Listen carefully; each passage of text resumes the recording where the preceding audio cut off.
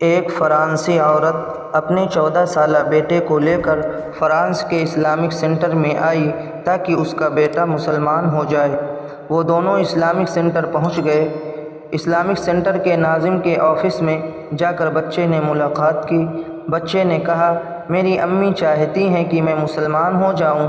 اسلامی مرکز کے ناظم نے بچے سے پوچھا، کیا تم اسلام قبول کرنا چاہتے ہو؟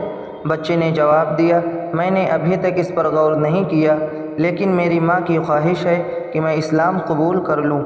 ناظم کو بچے کے اس جواب پر بڑی حیرت ہوئی۔ اس نے بچے سے پوچھا، تمہاری ماں مسلمان ہے؟ بچے نے کہا، نہیں، میری ماں مسلمان نہیں ہے، اور نہ ہی مجھے معلوم ہے کہ وہ مجھے اسلام قبول کرنے کے لیے کیوں کہتی ہے۔ ناظم نے پوچھا، تمہاری ماں کہاں ہے؟ بچے نے کہا، وہ اسلامی مرکز کے باہر کے حصے میں کھڑی ہے۔ ناظم نے کہا، اپنی ماں کو بلا لاؤ تاکہ میں اس سے گفتگو کر کے صورتحال جان سکوں۔ بچہ اپنی ماں کو لے کر ناظم کے پاس آیا۔ ناظم نے ماں سے پوچھا، کیا یہ بات درست ہے کہ تم مسلمان نہیں ہو اور چاہتی ہو کہ تمہارا بیٹا مسلمان ہو جائے؟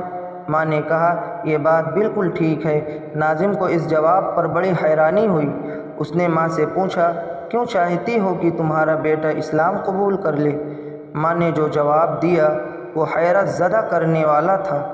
ماں نے بتایا کہ میں پیرس کے جس فلیٹ میں رہتی ہوں، میرے فلیٹ کے بالمقابل ایک مسلم فیملی کا فلیٹ ہے۔ اس کے 2 بچے یونیورسٹی میں تعلیم حاصل کرتے ہیں۔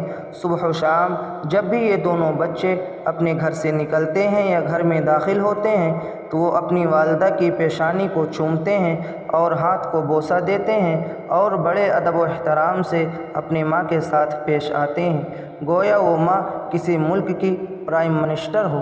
میں نے جب یہ منظر دیکھا، میری دلی تمنا ہو گئی کہ میرا بیٹا بھی مسلمان ہو جائے، ورنہ مجھے ڈر ہے کہ میں جب بوڑھی ہو جاؤں گی وہ کہیں مجھے اولڈ ایج ہوم میں نہ رکھے۔ میں چاہتی ہوں کہ میرے ساتھ ایسا ہی سلوک کرے جیسے یہ مسلم ماں کے بچے اپنی والدہ کے ساتھ کرتے ہیں۔ اللہ تعالی ہم سب کو اپنی ماں کی خدمت اور عزت کرنے والا بنائے، آمین یا رب العالمین۔